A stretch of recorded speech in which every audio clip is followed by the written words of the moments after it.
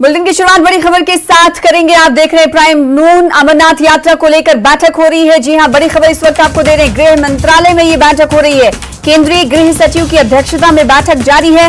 बैठक में अर्धसैनिक बलों के डीजीपी शामिल हैं, वहीं आईबी और रॉ के अधिकारी भी मौजूद हैं। तो बड़ी खबर आपको बता दें, अमरनाथ यात्रा की तैयारियां जहां जम्मू कश्मीर में आखिरी चरण में दिखाई दे रही हैं, तो सिक्योरिटी के हवाले से भी गृह मंत्रालय में मीटिंग चल रही है। केंद्रीय गृह सचिव की अध्यक्षता में यह बैठक हो रही है। बैठक में अर्धसैनिक बलों के डीजीपी शामिल हैं, वहीं आईबी और रॉ के अधिकारी भी मौजूद हैं। तो गृह मंत्रालय में मीटिंग चल रही है। मीटिंग कितनी देर से जारी है और इस मीटिंग में कौन कौन से अधिकारी, इसके अलावा जिसका जिक्र हमने आपसे कुछ देर पहले किया, उसके अलावा कौन कौन से अधिकारी मौजूद है, जानने के लिए रुख करेंगे। हमारे साथ हमारे संवाददाता शंकर दिल्ली से जुड़ रहे हैं। कितना वक्त गुजर चुका है इस मीटिंग के शुरू हुए और कौन कौन से अधिकारी इसके अलावा इस मीटिंग में मौजूद है? शंकर,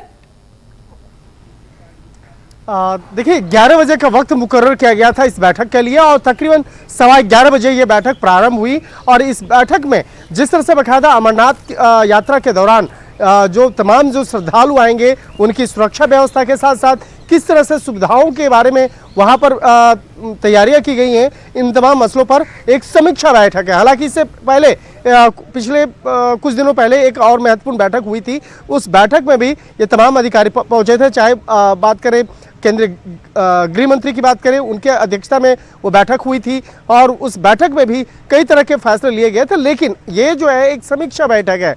समीक्षा बैठक इसलिए कि 1 जुलाई से ये यात्रा जो है वो प्रारंभ होगी और वो तकरीबन 62 दिनों तक, यानी कि अगस्त महीने तक ये यात्रा चलेगी। तो लगभग ये जो 62 दिनों का जो वक्त होगा, उस 62 दिनों में किस तरह से पूरे जम्मू कश्मीर में वहाँ पर सुरक्षा व्यवस्था और इसके साथ साथ जो तमाम श्रद्धालुओं के लिए वहाँ पर सुविधाएं उपलब्ध कराई जाएगी, उन तमाम मसलों पर आज चर्चाएं की जा रही हैं। और लगभग 45 मिनट से ज़्यादा का वक्त बीत चुका है इस बैठक हुए और इस बैठक की अध्यक्षता जो है केंद्रीय गृह सचिव के कर रहे हैं। और केंद्रीय गृह सचिव उन तमाम डीजी की अगर बात करें, जैसे सीआईएसएफ के डीजी, सीआरपीएफ, आईटीबीपी, तो उनके डीजी से बकायदा एक बातचीत कर रहे हैं और उनसे बकायदा इस मामले में जो भी उनका प्रेजेंटेशन है या जो भी उनकी तैयारियां हैं उनके बारे में पूछा जा रहा है कि कितने फोर्स को डिप्लॉयमेंट करना है, कितने अर्धसैनिक बलों को वहां पे लगाना है और किस तरह से बकायदा वहां पर स्थानीय पुलिस के साथ में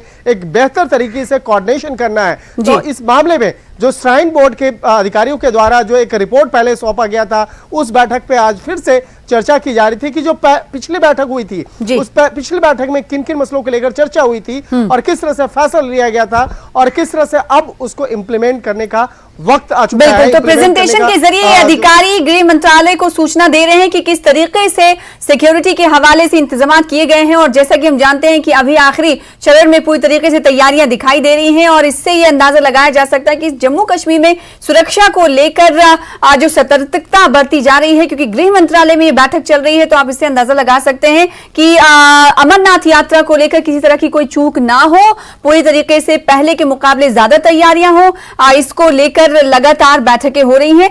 क्या ये माने, क्योंकि 3 दिन के बाद यात्रा की शुरुआत हो रही है शंकर आनंद, 1 जुलाई से अमरनाथ जी यात्रा की शुरुआत हो जाएगी, तो क्या ये माने कि या जैसा कि हतमी शक्ल दी जा रही है तैयारियों को, तो आखिरी मीटिंग है ये, या इसके बाद भी 1-2 दिन और 3 दिन बचे हुए और उसमें भी मीटिंग्स हो सकती है, या फिर ये आखिरी मीटिंग है कि आज जो तैयारियां की हैं अधिकारियों ने उसे वो प्रेजेंटेशन के जरिए पेश करें गृह मंत्रालय के सामने, फिर उसके बाद उन्हें कुछ दिशा निर्देश शायद हो सकता है दिए जाए, उसके बाद फिर से उन्हें रिपोर्ट मांगा जाए। क्या ऐसा मुमकिन है?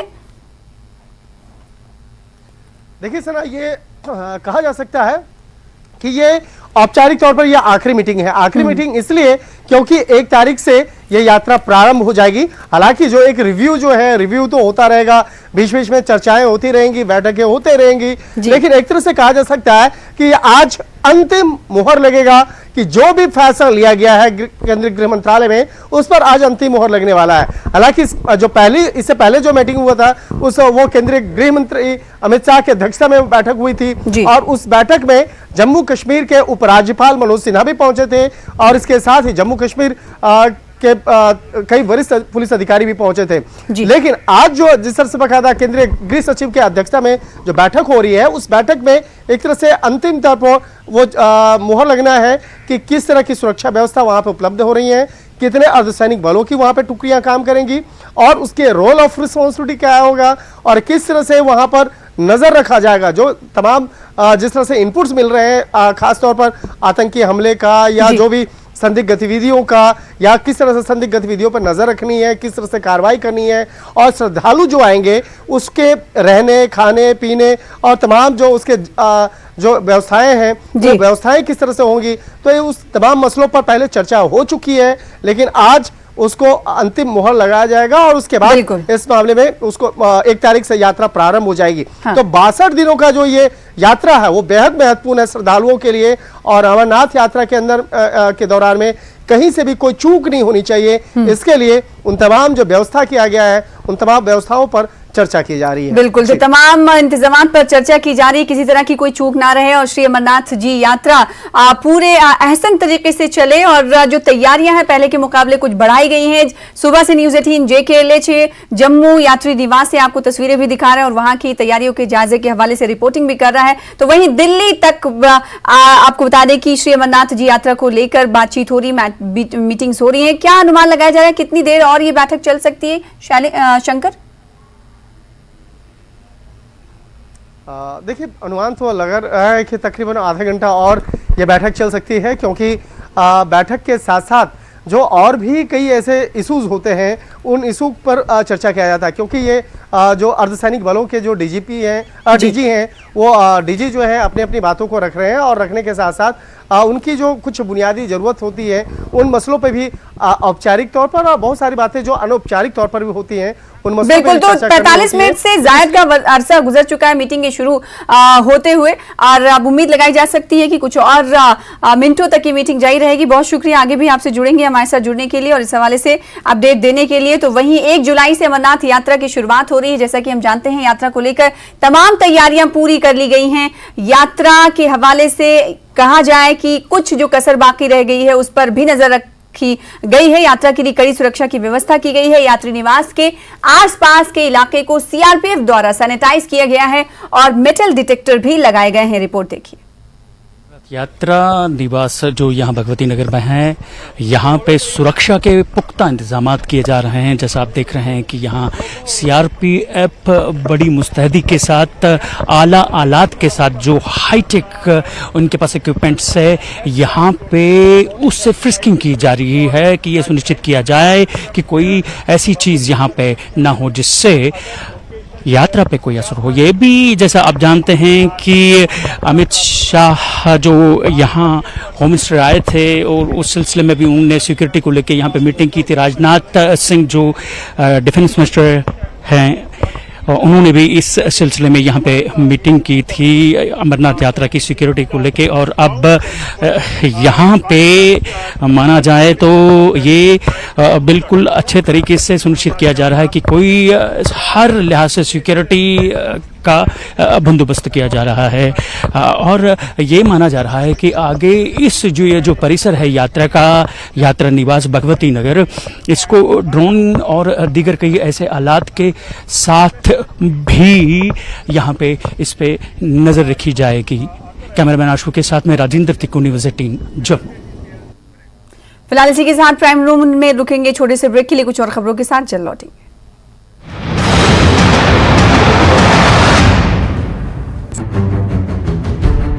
लोगों ने मिलकर राहगीरों को पानी शरबत तकसीम किया, लोगों को ठंडा और साफ पानी फराहम किया गया। भाई को बचाने के दौरान लड़की गरकाब हो गई। 21 साल भाई को बचाने 18 साल बहन दरिया में कूद पड़ी। डूबने से बहन की मौत, जबकि उसके भाई को अस्पताल में मुंतकिल किया गया। जालपुरा सोनावारी में आपाशी नहर में डूबने से बच्चा फौत भी हुआ। लेवेंडर की पैदावार में आई है काफी बेहतरी। CSIR के फील्ड स्टेशन बनूरा पुलवामा में पूरी तरह खिल उठे हैं लेवेंडर के फूल। लेवेंडर से तेल निकालने का अमल जारी। ममनुआ अद्वियात कोरियर एजेंसियों से कश्मीर लाई जा रही है। Deputy director drug control निगत jam ने तफसीलात बताई। कश्मीर में ऐसी मंशियात लाने के पीछे किसका हाथ है? बाल संस्कार टैक्सी यूनियन ने टीआरसी पदुम संस्कार के करीब टैक्सी स्टैंड पर प्रेस कॉन्फ्रेंस का इनेकाद किया। टैक्सी यूनियन के सदर ने स्टेंजन ने कहा कि टैक्सी यूनियन करगिल की जानिब से इजाजत न मिलने की वजह से संस्कार के टैक्सी ड्राइवरों को करगिल के रास्ते ले जाने पर परेशानी हो रही है। उन्होंने संस्कार इंतजामिया पर भी इस मामले को नजरअंदाज करने का इल्जाम लगाया। लखनपुर में बीजेपी की कठुआ जिला यूनिट के ज़रिए एहतमाम दानिश्वर कॉन्फ्रेंस का इनेकाद अमल में लाया गया, जिसमें बीजेपी कारकुनान के साथ कई दानिश्वर भी मौजूद रहे। प्रोग्राम में साबिक नायब वजीर आला कविंद्र गुप्ता ने भी शिरकत की। इस मौके पर उन्होंने मोदी हुकूमत की कामयाबियों का जिक्र किया। पुलिस चौकी वाखा करगिल में इस्मत दरी का मामला पेश आया। मुतासिर का कहना है कि एफआईआर दर्ज करवाई गई लेकिन कोई कार्रवाई नहीं हुई। अंजुमन मदरसा श्रिया मजहबी तंजीम का कहना है कि प्रेस कॉन्फ्रेंस के जरिए करगिल पुलिस से मुजरिम के खिलाफ फौरी कार्रवाई करने की दरखास्त की गई थी, लेकिन के बाद एक बार फिर से आपका स्वागत करते हैं। आप देख रहे हैं प्राइम नून। भारतीय जनता युवा मोर्चा के राष्ट्रीय अध्यक्ष तेजस्वी सूर्या ने कहा है कि नरेंद्र मोदी के नेतृत्व में जम्मू कश्मीर के हालात बदल गए हैं। एक समय आतंकवाद के लिए खबरों में रहने वाला जम्मू कश्मीर अब पर्यटन के लिए खबरों में है। उन्होंने कहा कि जम्मू कश्मीर के युवा शांति और विकास की दिशा में आगे बढ़ना चाहते हैं। तेजस्वी सूर्या ने कहा कि पीओजेके भारत का हिस्सा है और भारत का ही हिस्सा रहेगा। तेजस्वी सूर्या आज जम्मू के दौरे पर हैं। उन्होंने जम्मू हवाई अड्डे से त्रिकुटा नगर तक बाइक रैली में हिस्सा लिया। आज वो इंटेलेक्चुअल मीट को भी संबोधित करेंगे। भारतीय जनता युवा मोर्चा के प्रेसिडेंट तेजस्वी सूर्या, जैसा कि आप देख सकते हैं कि यहाँ बाइक रैली है जम्मू के अंदर, महासंपर्क अभियान के तहत वो यहाँ आए हैं। उनसे हम बातचीत करने की कोशिश करेंगे और जानना चाहेंगे कि उनका जो यहाँ का दौरा है वो किस तरह का करेंगे। सर प्लीज बाद में करेंगे हम बैठ के। आए हैं तो किस तरह का प्रोग्राम है? मोदी जी के नेतृत्व में केंद्र सरकार 9 साल संपन्न किए हैं। पिछले 9 साल देश के लिए ऐतिहासिक रहा है। विशेष रूप में देश के युवाओं को बहुत बड़ा मौका, बहुत सारे अवसर पिछले 9 साल में सृष्टि हुई है। इसी उपलक्ष्य में देश भर में भारतीय जनता पार्टी की ओर से संपर्क से समर्थन कार्यक्रम जारी है। विशेष रूप में युवाओं से बातचीत करने के लिए, संवाद करने के लिए आज और कल 2 दिन के लिए मैं जम्मू में उपस्थित हूं। आप जम्मू कश्मीर में आए हैं जो कि आतंकवाद से ग्रस्त रहा है, तो क्या मैसेज होगा आपका यहाँ के युवाओं के? आर्टिकल 370 हटने से पहले और हटने के बाद हम 2 प्रकार के जम्मू कश्मीर को देख रहे हैं। आज के जम्मू कश्मीर विकास के लिए जाना जाता है, युवाओं के लिए नव अवसरों के लिए जाना जाता है, टूरिज्म के लिए जाना जाता है, टेररिज्म के लिए नहीं। और इसका श्रेय मोदी जी को, अमित शाह जी को जाता है और केंद्र सरकार के जो कुशल नेतृत्व है उसको जाता है। मैं यहाँ के युवाओं को विशेष रूप में बधाई देता हूँ, क्योंकि इन सभी नए अवसरों को इस्तेमाल करते हुए ये नए भारत और नए जम्मू को ये सृष्टि कर रहे हैं। मैं उनको बधाई देता हूँ। और राजनाथ सिंह जी ने कल यहाँ पर जम्मू में कहा कि जो पीओजेके है, पीओजेके को हमने वापस लेके ही रहना है, क्योंकि वो हमारा भारत के पार्लियामेंट के पोजीशन है। आज नहीं, बार बार पार्लियामेंट ने यूनानिमसली पोजीशन लिए है कि पाक ऑक्यूपाइड कश्मीर आज भी भारत का है, कल भी भारत का होगा, हमेशा भारत का ही रहेगा। तो ये थे तेजस्वी सूर्या, जिनका ये साफ कहना है कि जो जनसंपर्क अभियान है उनका, उसके तहत वो लोगों से संपर्क साधेंगे। और पीओजेके पर उनका ये साफ कहना है कि जैसा कि ये पहले पार्लियामेंट में रेजोल्यूशन लाए गए हैं कि पीओजेके हिंदुस्तान का ही हिस्सा है, वो और हमेशा भारत का ही हिस्सा रहेगा। वीडियो जर्नलिस्ट शान डोगरा के साथ मनोज कौल, न्यूज 18। आगे बढ़िए। कुलगाम के हावड़ा इलाके में सुरक्षा बलों और आतंकवादियों के बीच एक संक्षिप्त मुठभेड़ में एक स्थानीय आतंकवादी मारा गया। इस मुठभेड़ में एक पुलिसकर्मी भी घायल हो गया है। जानकारी के मुताबिक सुरक्षा बलों को इलाके में आतंकियों के छिपे होने की पक्की सूचना मिली थी। इसके बाद सुरक्षा बलों ने यहां ऑपरेशन शुरू कर दिया। इसी बीच यहां मुठभेड़ शुरू हो गई। जम्मू कश्मीर पुलिस के ट्वीट के मुताबिक एक स्थानीय आतंकवादी मारा गया है। झड़प में एक पुलिसकर्मी भी घायल है।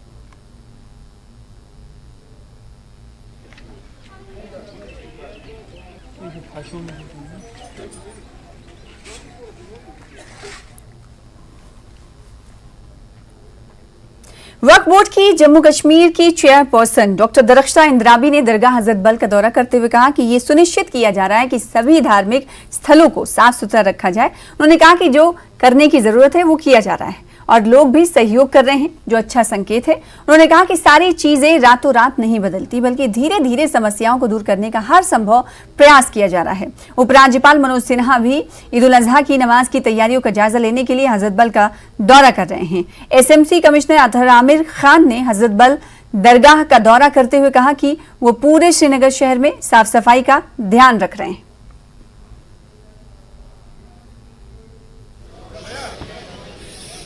कि अब अल्हम्दुलिल्लाह जम्मू कश्मीर में अब माहौल अच्छा है, ईद जैसा ही हर जगह लग रहा है और ईद की तैयारियां ईद तो बस आ गई है। ज़ायरीन को कोई मुश्किलात ना हो, हमारी हर श्राइन हर मौसिक खूबसूरत बने और वहाँ पे साफ सफाई हो, यही हमारा मकसद होता है ताकि इबादत में कोई खलल ना हो। इससे भी आगे अच्छा रहेगा। आप लोगों का साथ रहा, लोगों का साथ रहा और अल्लाह ने अगर चाहा तो इंशाअल्लाह रहमान बहुत कुछ बदलेगा और इससे ज्यादा बेहतर होगा। देखिए, कोताहियां सारी एक टाइम में खत्म नहीं होती है। इंसान ये सोचता है कि मुझे दिन ब दिन तरक्की करनी है और ये कोई कह नहीं सकता है कि मैंने जो किया वो मुकम्मल हो गया, इसके बाद कुछ नहीं करना है। ऐसा कभी नहीं होता है। हर बारी कुछ नया करने की जरूरत है। हर बार कहीं ना कहीं कोताही रहती है और उस कोताही को दूर करने की हमेशा अशद जरूरत रहती है। यहाँ पे भी दरगाह हजरत बल में भी बहुत चीजों की जरूरत है। हम चाहेंगे कि गवर्नमेंट से भी हम मदद लें, क्योंकि वक्फ के पास इतना पैसा नहीं है। हजरत बल श्राइन हमारी बहुत कदीम, यहाँ पे हमारा असासा है, हमारी शान है, हमारा चेहरा है। यहाँ पे भी बहुत पैसों की जरूरत है। इसलिए गवर्नमेंट है, लेफ्टिनेंट गवर्नर साहब आएंगे, जो यहाँ खामी होगी हम तो मांगेंगे ना। अक्सर हमारे एसएसपी कुपवाड़ा युगल मनहास ने कहा कि पाकिस्तान ड्रग्स बेचकर कश्मीर के युवाओं को बर्बाद करने की साजिश रच रहा है, लेकिन पाकिस्तान की हर साजिश को नाकाम किया जा रहा है। उन्होंने कहा कि नशे के सौदागरों को जेल तो होगी ही, साथ ही उनकी संपत्ति भी जब्त की जाएगी। देखिए, ज्यादातर मंशियात तो जो है वो हमारा दुश्मन देश यहाँ पे भेजता है और पहले आपने देखा कि पिछले जो 30-35 साल थे उसमें यहाँ पे गन भेजी गई और यहाँ की काफी यहाँ पे नस्ल जो है वो शिकार हुई। उसका काफी बच्चों, हर घर में लगभग कोई ना कोई किसी तरीके से बंदूक से मौत हुई। उसके बाद अब दूसरा सिलसिला शुरू हुआ कि यहाँ ड्रग्स भेज के और जो बच्ची कुची जो नौजवान नस्ल है उसको भी तबाह किया जाए, ताकि ये एक एनार्की यहाँ पे बनी रहे और जो डिसऑर्गेनाइज सोसाइटी रहे और किसी का अपना जो पर्सनल एजेंडा है वो एक मुल्क का वो चलता रहे। ड्रग्स वहां से ज्यादा आ रहा है, लेकिन जब बच्चे जो हैं अगर वो एक लत में शुरू हो जाते हैं फिर वो दूसरे किस्म के भी, देखिए डिपेंडेंसी बनाना होता है। ड्रग्स फिर किसी भी फॉर्म में अवेलेबल हो सकता है और जब भी आपने किसी पे डिपेंडेंसी बना दी तो आप समझे कि एडिक्ट हो गए। आज तक सिर्फ गिरफ्तारियां हुई, लोगों ने गिरफ्तारियां देखी, हवालात में जा चुके, लेकिन अब आखिर पर किस तरह का कड़ा पैगाम होगा जो आपने स्टेज पर भी कहा, कोई प्रॉपर्टी का बाज़ाब्ता से अटैच होगी, क्या खास बात? देखिए, आज हमने ऑलरेडी आइडेंटिफाई कर ली हैं प्रॉपर्टीज और हमने सीज करना भी शुरू कर दी हैं कुछ प्रॉपर्टीज जो हैं, और उसमें खासकर हम जमीन और घर को टारगेट करेंगे, क्योंकि जो चुभता है वही किया जाएगा। इन लोगों को, जो ना ठीक होने वाले लोग हैं, उनको यही इलाज करने की जरूरत है। बाकी जो ठीक होना चाहता है वो ऑलवेज वेलकम है। वो चाहे भी कोई भी प्लेटफॉर्म अपनाए, चाहे वो डी एडिक्शन सेंटर के जरिए ठीक होना चाहे वो काउंसलिंग के जरिए, या कोई भी रिलीजियस उस प्रोसेस में जाके अगर ठीक होना चाहता है, वो ऑलवेज वेलकम है। लेकिन जो इस सोसाइटी के लिए नासूर बने हुए हैं उनके लिए एक सख्त हमारी तरफ से इकदाम उठाए जा रहे हैं कि उनकी प्रॉपर्टीज को सीज किया जाएगा, ताकि वो उससे भी जो उनकी कमाई वो चीज थी और जो इलीगल तरीके से कमाई हुई थी उससे भी महरूम हो जाए। तो नशीले पदार्थों की अवैध तस्करी के खिलाफ जागरूकता फैलाने के लिए गवर्नमेंट डिग्री कॉलेज मेंढर में भी उप जिला अस्पताल मेंढर के सहयोग से एक कार्यक्रम का आयोजन किया गया। पूर्व प्राचार्य डॉक्टर शब्बीर हुसैन शाह और डॉक्टर ताहिर ने छात्रों को नशीले पदार्थों के हानिकारक प्रभाव के बारे में जानकारी दी।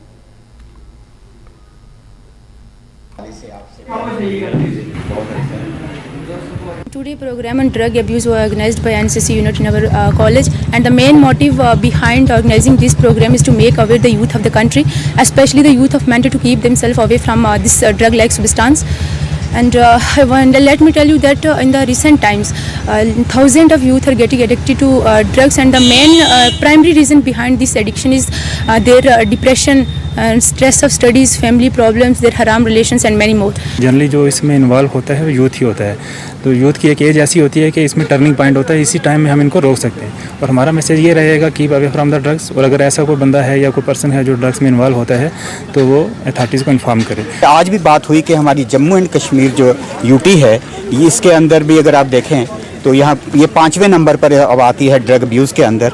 तो ये एक ऐसी प्रॉब्लम है जिसको कि सोसाइटी के हर फर्द को जो है कहीं ना कहीं कोई रोल अदा करना है ताकि इस मुसीबत से छुटकारा जो है वो पाया जाए। मैं आपको बताता चलूँ कि इससे पहले भी हमारे जो वॉलंटियर्स ऑर्गेनाइजेशंस हैं, पर्टिकुलरली एनसीसी है, एनएसएस है और कॉलेज के जो बाकी क्लब्स हमारे हैं, वो इस तरह की जो समाज के अंदर विविधता हैं, समाज के एक जो बुराइयां हैं उसके ऊपर काम करते हैं। हम प्रैक्टिकली भी काम हम करते हैं, हम गांव-गांव तक जाते हैं। हिमाचल प्रदेश के ऊना के हरोली में राज्यपाल श्री प्रताप शुक्ल और उप मुख्यमंत्री मुकेश अग्निहोत्री की अगुवाई में हजारों लोग नशे के खिलाफ सड़कों पर उतरे। यहां नशे के खिलाफ बड़ी ब्रिक्स वॉक का आयोजन किया गया था। मां भगवती की विधिवत पूजा अर्चना के बाद मशाल प्रज्वलित कर राज्यपाल ने ब्रिक्स वॉक को हरी झंडी दिखाई और उसे रवाना किया। उन्होंने नशे के खिलाफ इस लड़ाई के लिए उप मुख्यमंत्री मुकेश अग्निहोत्री की पीठ भी थपथपाई। ब्रिक्स वॉक के आयोजन से पूरे प्रदेश भर में प्रसिद्ध सांस्कृतिक दलों ने अपनी प्रस्तुतियों से खूब मनमोहा। वहीं तस्वीरें हरोली से आपको दिखाएंगे जहां नशे के खिलाफ ब्रिक्स वॉक का शुभारंभ होने के से पहले ऐसी तस्वीरें देखने को मिली। एक दौड़ का भी आयोजन किया गया। कार्यक्रम में सांस्कृतिक कार्यक्रम भी पेश किए जा रहे हैं। राज्यपाल श्री प्रताप शुक्ल और डिप्टी सीएम अग्निहोत्री इन कार्यक्रमों में मौजूद रहे।